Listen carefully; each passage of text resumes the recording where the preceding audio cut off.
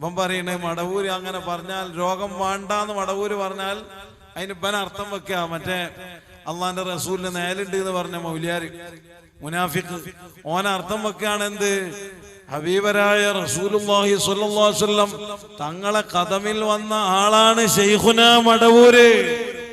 മടവൂരിന്റെ വാക്കിന് അർത്ഥം വെക്കാൻ ഇയ്യാരാണ് ശൈഖുന മട. യാഥാർത്ഥ്യം എന്ത് എന്നുള്ളതാണ് പരിശോധിക്കേണ്ടത്. അപ്പൊ അതാദ്യം നമുക്ക് അതൊന്ന് കേട്ടോക്കാം. വെച്ചോളൂ.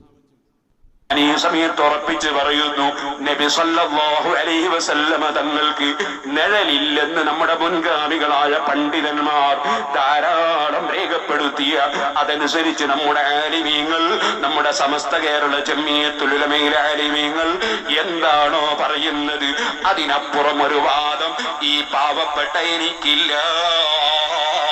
ഉണ്ടെന്നെ കുറിച്ച് പറഞ്ഞാൽ ഇൻഷാ അല്ലാഹ് പടച്ചവന്റെ കോടതിയിൽ നമുക്ക് ബാക്കി പറയാം.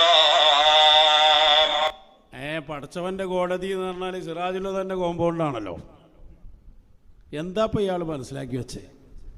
പടച്ചവന്റെ കോടതിയിൽ കാണാം. അതൊക്കെ ഓലത് സ്വന്തം വിചാരം. മെമ്പർഷിപ്പാണ് കാണിച്ചു കൊടുത്ത നേരെ സ്വർഗത്തിലേക്ക്. ഫരീഖുന്നിൽ ജന്ന എന്നല്ലേ, അത് മെമ്പർഷിപ്പ് കൊണ്ട് കിട്ടുന്നതാണ്.